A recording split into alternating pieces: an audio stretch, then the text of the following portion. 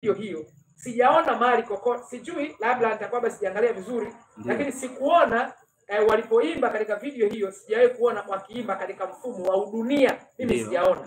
Nimeona wakiimba kwa mujibu wa mfumo wa kibiblia, mfumo wa kimaandiko. Sijaona udunia mahali kokote. Bila shaka nitakuwa nimemjibu mtu huyu.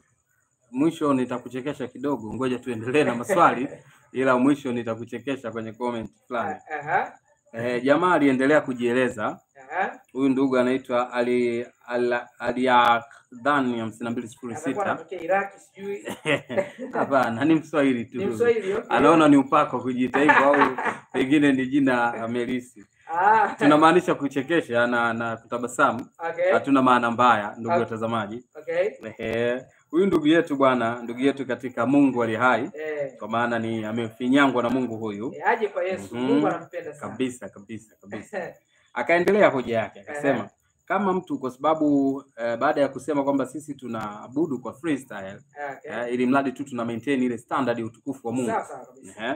Akasema kama mtu haelewi, anaweza kudhani ni mateso, lakini kwa muumini wa kweli ni faraja na utulivu. Akimaanisha kwamba jinsi wao wanavyofanya ibada zao, jinsi zinavyo-flow, taratibu zao za ibada, si ujikunje goti hili ufanye nini, hakuna freestyle. Sasa ndo akasema hiyo comment, kama mtu haelewi, anaweza kudhani ni mateso, lakini kwa muumini wa kweli ni faraja na utulivu. Kwanza ukweli ni kwamba imani ya Uislamu ni mateso. Ndio. Yani naendelea kusisitiza ni mateso kwa sababu ifuatayo. Hem, jaribu kuanza. Sijui kama huyu ndugu ninapozungumza naye na nikianza kuzungumza habari ya Qur'ani atakubaliana na mimi. Ndio. Kwa mujibu wa Uislamu, swali utakavyo swali motoni lazima uende. Pastor, sija kuelewa. Narudia tena. Na anajua. Mimi mwenyewe unanichanganya. Na anajua. Twende usinichanganye. Unajua Waislamu? Ndio. Katika nguzo zao, moja ya nguzo ni sala 5. Okay. Lazima uswali, wao wanaita kuswali. Wameiba kutoka katika Biblia. Yaani katika Biblia maneno mengi tu wanaiba wanayabadilisha. Yaani kwenye Biblia ni kusali, wanaita kuswali. Kwenye Biblia ni saumu, wanaita swaumu. Unaweza kuona. Sasa unatakiwa uswali alfajiri. Alafu uswali saa 7 mchana. Uswali saa 10. Alafu saa 12:30. Alafu saa 2 usiku. Swali na upate sijida. Swali, yani swali kwa kadiri utakavyo swali, kwa viwango vyote. Hata usizini hata mara moja, usitukane hata mara moja, usiibe hata mara moja, motoni lazima uende. Kama tu? Yani kwa sababu tu ni Muislamu, motoni lazima uende. Hiyo ni kutokana na Biblia au ni kutokana na Qur'an? Hiyo ni Qur'ani na hadithi. Okay. Hiyo ni Qur'ani na hadithi.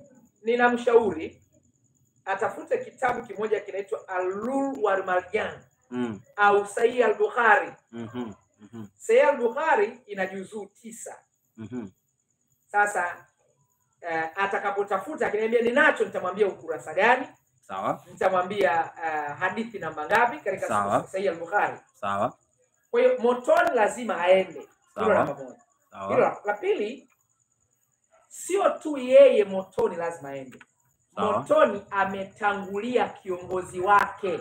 Yaani hivi ninapozungumza mimi, kwa mujibu wa Biblia na kwa mujibu wa Qur'ani, ninapozungumza mimi hivi sasa, kwa mujibu wa Biblia, Muhammad yuko jehanamu ya moto. Kwa mujibu wa Qur'an? Nimesema kwa mujibu wa Biblia, alafu nitanukuu kwa mujibu wa Qur'ani pia. Okay. Kwa mujibu wa Qur'ani, katika 19:71 mpaka 72 Qur'ani, yani surati Maryam, inaeleza jinsi